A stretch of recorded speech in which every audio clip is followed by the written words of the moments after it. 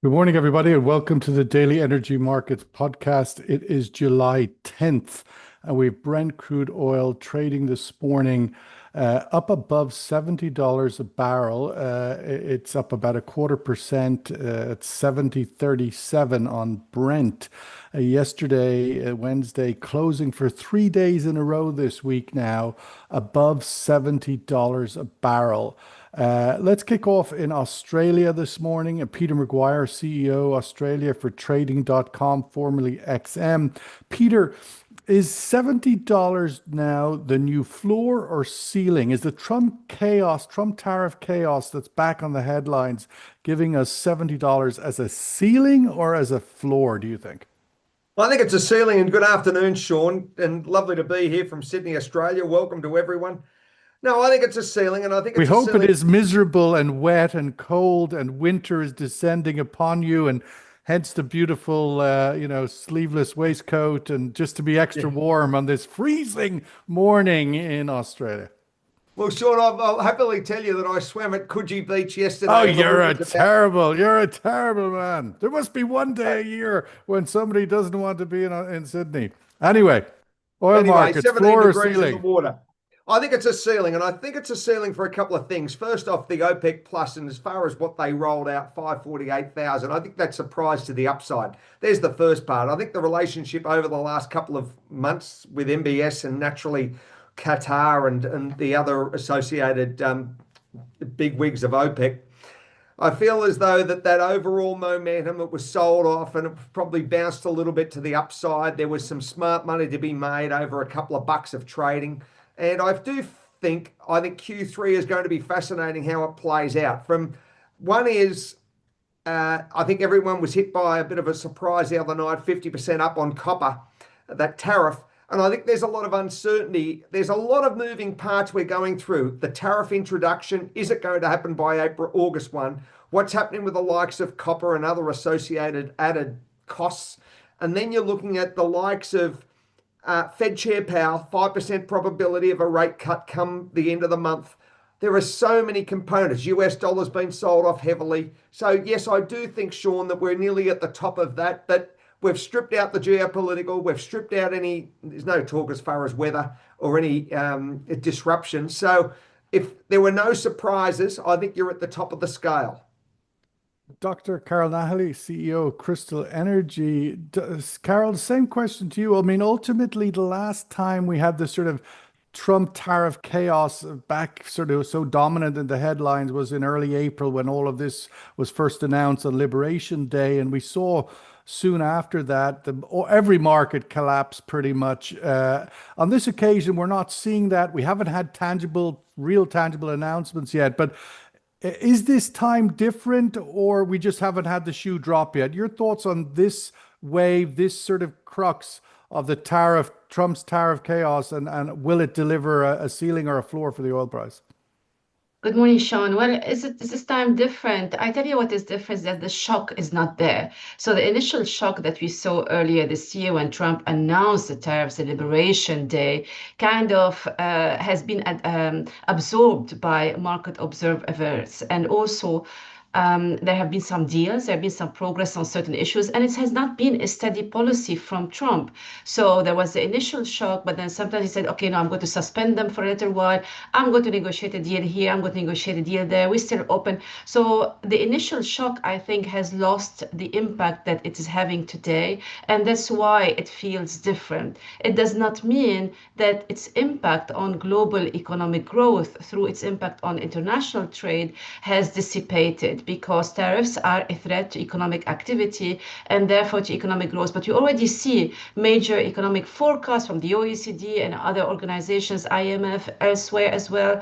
We see downward revisions to the economic growth post-tariff. So pre-tariff, before Trump, they had much more ambitious economic growth for this year and next. And now we can see that those numbers are much more timid. And they have revised. When I look at the data, I see downward revisions everywhere for economic growth. And as such, this one is going to affect oil markets through the oil demand primarily. And that's why we are not seeing the kind of higher price levels that you would expect usually around this time of the year because of the holiday season, the driving season in the US, the pickup in domestic consumption in the Middle East. So for prices to be at 70 around this time, given also the geopolitical uncertainties, tell me that there is something much more important happening on the demand side, and that is economic growth. Omar Al Ubaidly, a director of research at the Bahrain Center for Strategic International and Energy Studies. Omar, the last time when you were on with us, I think it was around the peak of the Israel war on Iran, and inevitably the world was on edge. Nuclear facilities were being bombed. We were sitting on the precipice of something on a massive scale for the world, and it was in itself massive.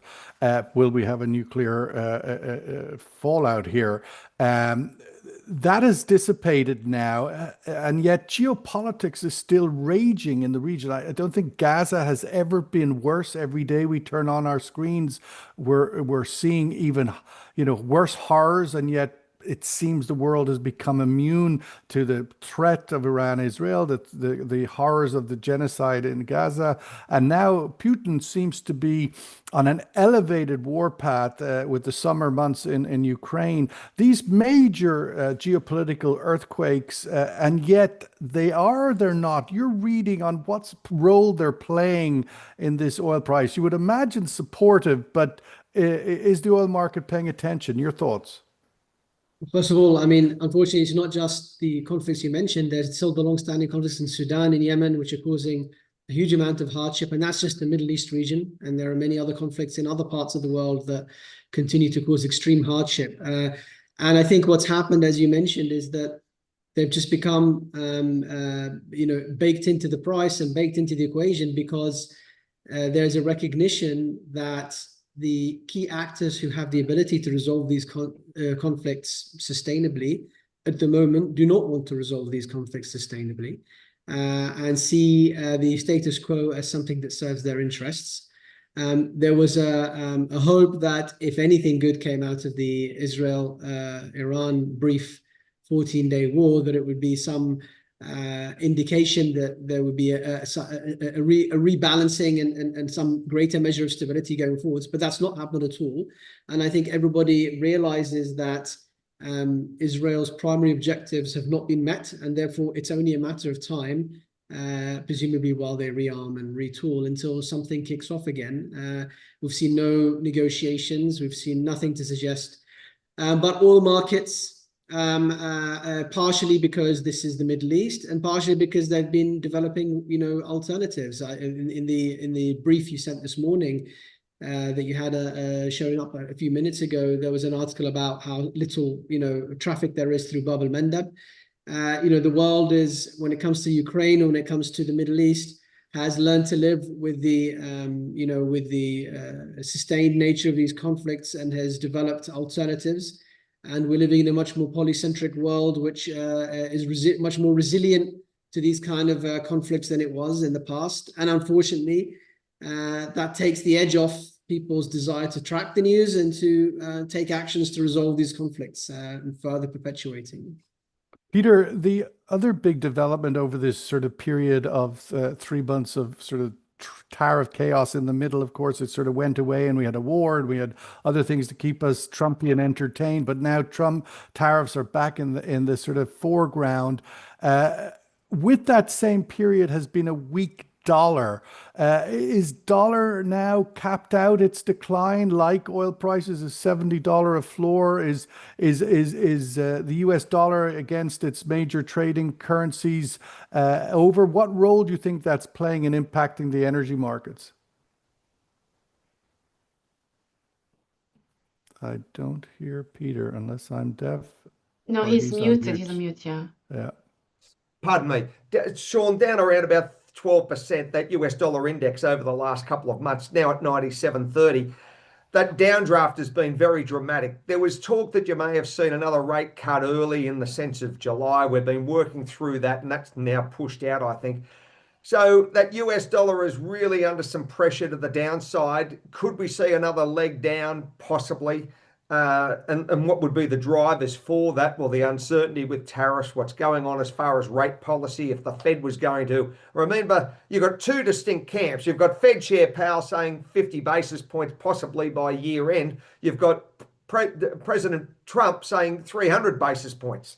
So there is a little bit of a difference between their objectives and I think the lens that they're looking through. So that US dollar probably got a little bit more softness, and I wouldn't be surprised possibly euro to test that 120 handle. Yen still sitting at that 144 to 147 sort of range. I mean, if we look at the euro dollar one in particular, the move has been dramatic, but the historical average, it doesn't look that dramatic, right? The euro dollar has been 120 to 130 for much of its 20 years. Yes. So should we be focused on the sort of the nominal rate or the change, the pace and speed of the change? Well, the pace and speed of it is very fascinating because you saw that big tail off so quickly, and that's probably the most important criteria, that you've seen that big sell off so quickly, and that was, I think, it hit everyone by surprise through to this administration. It's not even 6 months; about 6 months old now, and that I think the overall momentum is going to be interesting whether that can be maintained. What's going to drive it higher? I can't see rate policy driving it higher. I can't see President Trump pushing the dollar up in the short to medium term against the euro. So I think flight to safety, the good old fashioned, or is that no longer what are we flying a dog you can kick? Well, what are we? If we had. We have a major war in Europe still. We have a major war in Gaza still. We've got there's reasons out there in the past that would give you a sense of concern, but the markets don't seem to have expressed any concern at the moment. Equities have records, and sort of everything is good news. I mean, is upward news rather than downward news. It seems. You have to look at the US equity market, Sean. We're at all-time highs, Dow, S&P and NASDAQ. You've got the bond yields 10 years running at about 4.35 to 4.4. They may be going to see another leg up on the bond market, but the equities are all-time highs. So the overall momentum, you've got earnings season coming out shortly, and that's going to be interesting to see, again, guidance and where we look for this quarter.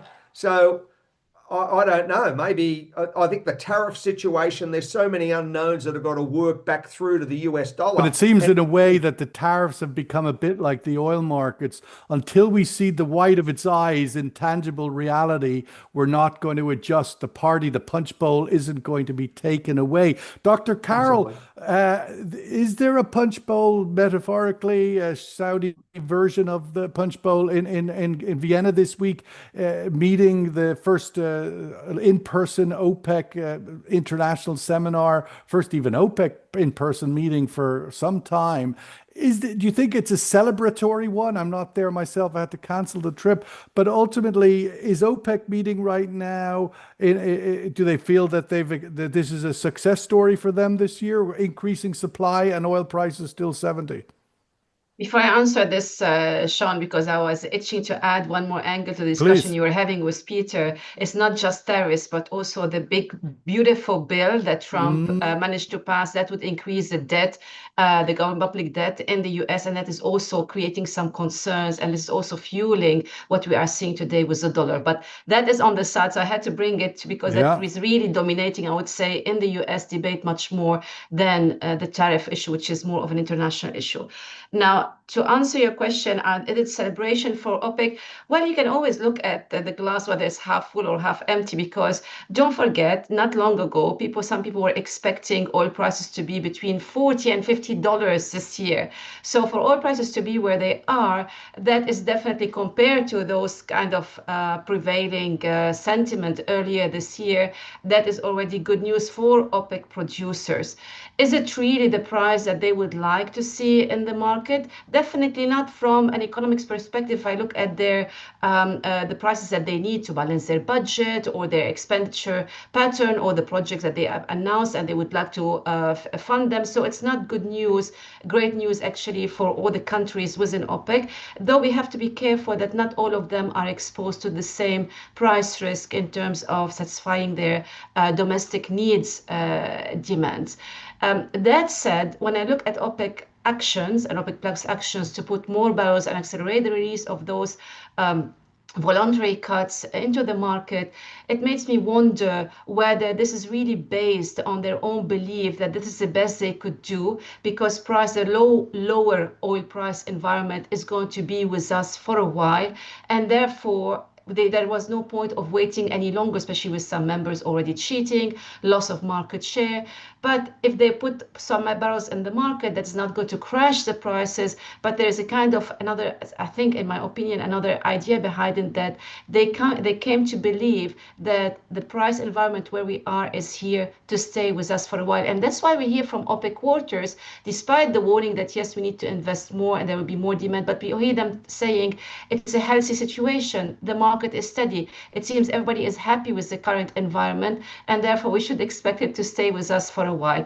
But it's not a celebration, not a triumph, but also not a loss as well. Just to pick up on that, I mean, one of the questions about this period that we are in, and obviously we're in the middle of the return of the 2.2 million barrel a day cuts that was absorbed by 8 of the 20 odd countries in the OPEC plus. But there is even question marks that the oil price is holding, because many of those so-called quota increases are purely on paper and not on production, because those countries are already producing near their maximum before the quota increases. And then we have I think, if my memory's right, 3 to 4 million barrels of further cuts that this group of 20 plus countries have committed to in recent years, and they're still to be returned to the market. My question ultimately to you, Carol, is how much of that 5 or 6 million barrels is actually production capacity that could be brought on in short order, 90 days, whatever it would be, and how much of it is old news and a headline that's currently out of date and no longer relevant because most of those countries cannot increase production capacity? Where's reality and just paper numbers meeting, do you think, on those 5 or 6 million barrels of idle capacity? Sean, you're absolutely right to highlight this issue, the difference between what is on paper and what is already in the market, because we are aware of members that have been overproducing, and therefore, what we do is just a bit of reconciliation on paper. But it does not mean that there are other members who were committed to the cuts that they announced. They have the capacity to put many more barrels in the market. And if it was a tight market, then that would make a difference into what we are seeing today.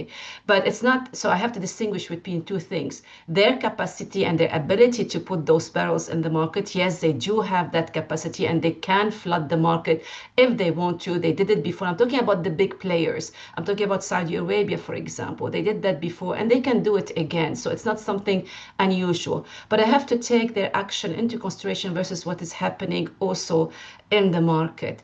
And this is where it becomes more of a blurred picture to decide what will happen. But for OPEC Plus to put the barrels at the moment in the market, there couldn't have been a better period. It's a summer season. Usually you would expect to see an uptick in demand, whether in the Western Hemisphere or let's say in the Middle East. You know, there is, and I'm sure you are experiencing it now in Dubai. And the main producers of electricity, the main fuel that is used for power generation, for air conditioning in the region is primarily oil and to some extent gas. But there is this increase also in local demand. So the market is able to absorb that additional increase without crashing prices. Whether they can continue to do so in the future, it depends on their appetite to sustain those price levels or maybe lower, assuming nothing else happens in the market. And to that, I don't have a straightforward answer for you today. Yeah. Omar, I wanted to get your thoughts on what I it seems to me a slight a new departure for the Trump tariff chaos, and that is overnight the threat to put 50% tariff on Brazil, not because of the trade imbalance. And actually, interestingly, Brazil has a trade surplus with the US, so it's one country that's sort of outside of the obvious target. But he's targeting them apparently because of they've put their former president on trial, his old friend Mr. Bolsonaro, and he's not happy with that. So I'm wondering your thoughts on, are we moving into an additional level of chaos from sort of political uncertainty from the chaos? It's politically driven punishment, if you like, 10% on any country that might be joining the BRICS, 50% of Brazil because they've arrested my old friend. What are your thoughts on where that goes and its impact? First of all, just regarding the trade balance issue, I think the data that's come in thus far indicates that the countries that were, that had tariffs imposed with the goal of decreasing the US's trade deficit, them actually didn't have the desired effect, and in some cases the deficit got worse. So even if we take the policy at face value, so far it's not worked, and that's what most economists sort of told you anyway. But setting that aside, I'm afraid that this latest move is merely the newest link in a long chain of capriciousness in US foreign policy, especially with the economic sanctions hammer. And this goes back to George Bush Jr. And all the presidents thereafter when it comes to using economic sanctions across the world, and in a manner that is not in compliance with international law. And Donald Trump differs merely in his favorite tool. He rather than using, although he's quite happy to use exclusion from SWIFT and other sorts of traditional sanctions, he seems to like using tariffs. But the marginal impact of this, I think, is going to be relatively small because the US has been capricious and erratic in its use of economic sanctions for quite a long time now. It's just the difference. One of the key differences is that the US is, or that the media perhaps covers this kind of capriciousness a little bit more precisely than they may have done in the past. This is typical behavior of a country that is, able to bully and push it and have its way using the instruments. The difference is, one, I guess, key difference between now and the past is that whereas in the past the US was more inclined to use the tacit threat of military force to have its way, it's now more focused on the economic dimension, with tariffs being the latest. But I don't expect this to have any particularly deep effects because we're so used to this, unfortunately. Right. And it's not sanctions, it's tariffs. It's just another word for the same weapon. Let's go to the survey question, which is sort of where we started this morning. Does Trump tariff chaos make $70 a floor or ceiling for oil market on Brent? Does Trump tariff chaos make 70 floor a ceiling or a floor for oil market? The views in the room, Peter sort of indicating earlier that it's a ceiling. A lot may depend, Peter, as well on where does China go in the second half. China's like a lot of the world, but China right at the front of the sort of queue, getting the Trump punch, is impacted significantly, has been through the first half, faces ongoing face-off with the Trump tariffs, and also through the Trump administration's approach with third countries in Asia to ensure that they don't facilitate China's supply chain and so on. But I want to get your sense, where do you think China goes? Critical, the world's biggest oil importer, still 10 to 11 million barrels every day of imports going into China. How wounded or not is China? It seems to me they're showing more resilience than one would have expected at the beginning of the year. Yeah, absolutely, Sean. I mean, you've only got to look at their equity markets. The CSI 300's been relatively strong considering where it was over the last couple of years. So it's bounced to the upside. The overall momentum, I think, is going to be second half is going to be stronger than the first half. And the reasoning is they know they need bazookas. They know that they've probably on the ropes a little bit and they want to come out back swinging. They understand a fully leveraged property market. They've got to look at the rules of engagement haven't changed. It's internal demand, and they need to really foster that and make sure that they are able to achieve those all those successes, maybe even small in number, but they need to continue to move forward. And they've got that growing population base as far as young people coming out of university looking for jobs. They need to make sure that they've got, I think, programs in place, because with the Trump administration wanting to bring back a lot of manufacturing back to the US, that's going to be hard for China. China have got to re-navigate that to look at their own supply chains and what they're prepared to do internally, I would think, to maintain growth, because that's the challenge that they face. What are they doing in the likes when Apple has to come back, or other big manufacturers are looking at re-engineering their business models back into the US? Carol, I wanted to get your thoughts on where this price range and dollar decline is impacting the Gulf states' fiscal balance sheets. We've seen in the last 6 months, the first half of the year, that clearly the lower price range has played a role in closing in U.S. production, and certainly any further increase in U.S. production, shale production in the Permian Basin. Rig counts in the U.S. are down to 4-year lows. What is likely to be the domino impact of this period? A lower average oil price plus a weaker dollar. Of course, all their currencies are pegged to the dollar. How can their balance sheet handle this? Where do you think the impact will land in terms of their ability to commit to big spending projects? Yeah, the point I want to make here, because we can discuss at length, because each country is different, but I think I want to highlight one key point. That economic diversification across the region, in the Gulf area, across the Middle East, is still not a fait accompli yet. It's not done yet. I know people have been trumpeting how much progress the non-oil sector has achieved in the last few years, maybe in the last few decades. And it's true, we are heading in that direction. I'm not denying that this is not the case, but we cannot deny that those economies remain oil dependent. And it tells me one thing, that this is very important aspect to pursue today even faster than before. So we should not lose sight of the main aspect, that is the need for economic diversification, because there is no guarantee. Yes, we're going to have spikes in prices in the future that cannot be ruled out, but it seems to be that we are heading more towards this more longer period of low oil price environment than we have experienced perhaps in the past.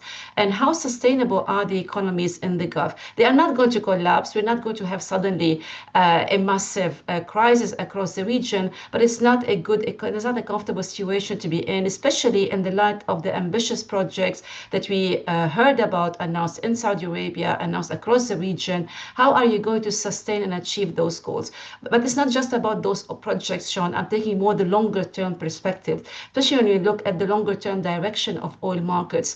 This region is pretty unique in terms of its ability to produce massive volumes of oil at a very low cost. And this is where they can easily beat the American shale producers based on the cost alone and the size of reserves. But their main weakness, the Achilles heel that's still here, is their lack of economic diversification, or economic diversification is not enough, because as long as you don't have that economic diversification, you are still at the mercy of needing higher prices to sustain your spending, unless they go and they implement some serious, like they suspend most of the spendings and you do have unpleasant reforms in the country. I'm not quite sure how they can sustain a more prevailing lower oil price environment.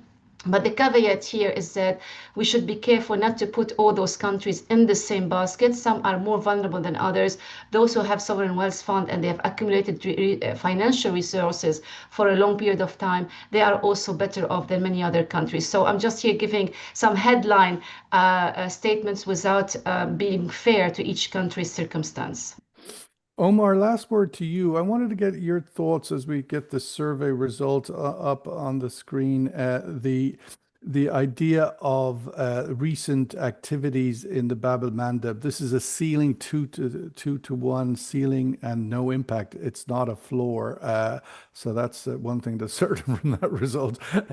But Omar, I want to get your thoughts on the sort of activation, it would appear, of the Houthi engagement in the Red Sea and the Bab el Mandeb in the post-Israel war on Iran. How do we read that? Are the dots connected here? Is that an actor that is communicating anything about Iran's position, ability? That obviously the Houthis get lumped into this idea that Iran manages a series of proxies around the region and has done so for many decades in order to be its first line of defense, so to speak. Should we connect any dots here on this re-emergence of Houthi activity in the Red Sea, which is quite aggressive, actually, much more aggressive than it was when it was last animated? So I think there's two things going on. The first is that on the Houthis, there's a way of Iran signaling to the world when the US is trying to pressure it with the more sanctions that actually it's an act of defiance, and it's still out there, and it has its own cards that it can play in terms of putting pressure. That's in terms of the Houthis' relationship with Iran, but also the Houthis have their own independent goals, and remember, they're still looking for recognition. They're still looking to have some of their demands met. And now is the right time, from their perspective, to increase the pressure on their adversaries in the region, because the US is obviously and Israel are obviously smarting from or preoccupied after the end of the 14-day war. And so this is a timely reminder that they have these capabilities. And as part of their ideological drive, at the beginning, you mentioned the situation getting worse in Gaza. So this is their way of reminding the world that they continue to stand with the people of Gaza, and that if you continue to increase the pressure on the people of Gaza, we will continue to increase pressure on Bab el Mandeb, which has been their ostensible strategy for the last 2.5 years now. So I think it's a mixture of those factors. And at the moment, with what's going on domestically in the US, it doesn't look like anyone's going to do much about it. Well, we're going to have to wrap it up there. I think that's an interesting quote to close on. Nobody's going to do much about it. And that seems to be the case in so many fronts. Those with the ability to change the direction of some of these theaters, whether it be Ukraine, whether it be Gaza, whether it be Sudan, whether it be the Israel-Iran, but nobody's really using any muscle to change the trajectory of these things, including and most notably China. And I always think more and more of these things drag on. Think about China rather than Russia and the US. Where's China? China is happy for these things to not happy, but doesn't want to see them resolved. They've got to get our jail free card for Bab el Mandeb, so they're okay, I think. Yeah, and they seem to. It's not. I would think it's kind of in their interest to see the US and the West bogged down in a horrible conflicts in the Middle East and in Europe. It probably does serve their interest, takes the attention maybe away from them. In fact, that was actually mentioned explicitly by the Chinese foreign minister, I believe, this week, where in a meeting with the Europeans, where he explicitly mentioned this Chinese desire to have the US not freed up to singularly focus on China. Yes. Well, we're going to wrap it up there. Brent crude oil trading, its head still above $70 a barrel. Will it stay there for the rest of the week? Will it consolidate above 70, closing each day this week? And then we go into the weekend thinking about this floor ceiling idea. But before we do, I want to thank Carol Nagli, Peter McGuire, and Omar El-Beidly. Thank you guys so much for today, but most significantly for the whole season. The 24-25 season of the Daily Energy Markets podcast comes to a close tomorrow. We finally get some holidays, and I want to thank you for your participation, contributions right through the period. It is wonderful to have your voices from all over the world. We got UK today, Australia today, and Bahrain. And so really appreciate it. Have a great summer. Hopefully you all get some time off. And Peter, hopefully it snows in Sydney and you have to put on your heavy sweater and jackets while we go to the beach here in Europe. That's my wish. But in either case, all of you got to join the 25 million steps to Fujairah. I haven't seen your names on the list yet. Come on. Not for me. Not for me. I've got up to 100,000 steps since the 1st of July, and we've got Gary King, the CEO of the ICE Futures Abu Dhabi Exchange, at 200,000. The guys must be doing nothing but stepping. Come on, get on there, Peter. With all that time on the beach, at least get something for your return as you walk back and forward to the boogie boards. All the best, guys. Have a Thank great you. summer. Bye bye. You Thank too. care. Bye, Assalamu. Sean. All the best. Bye, Carol. Cheers. See you, Emma.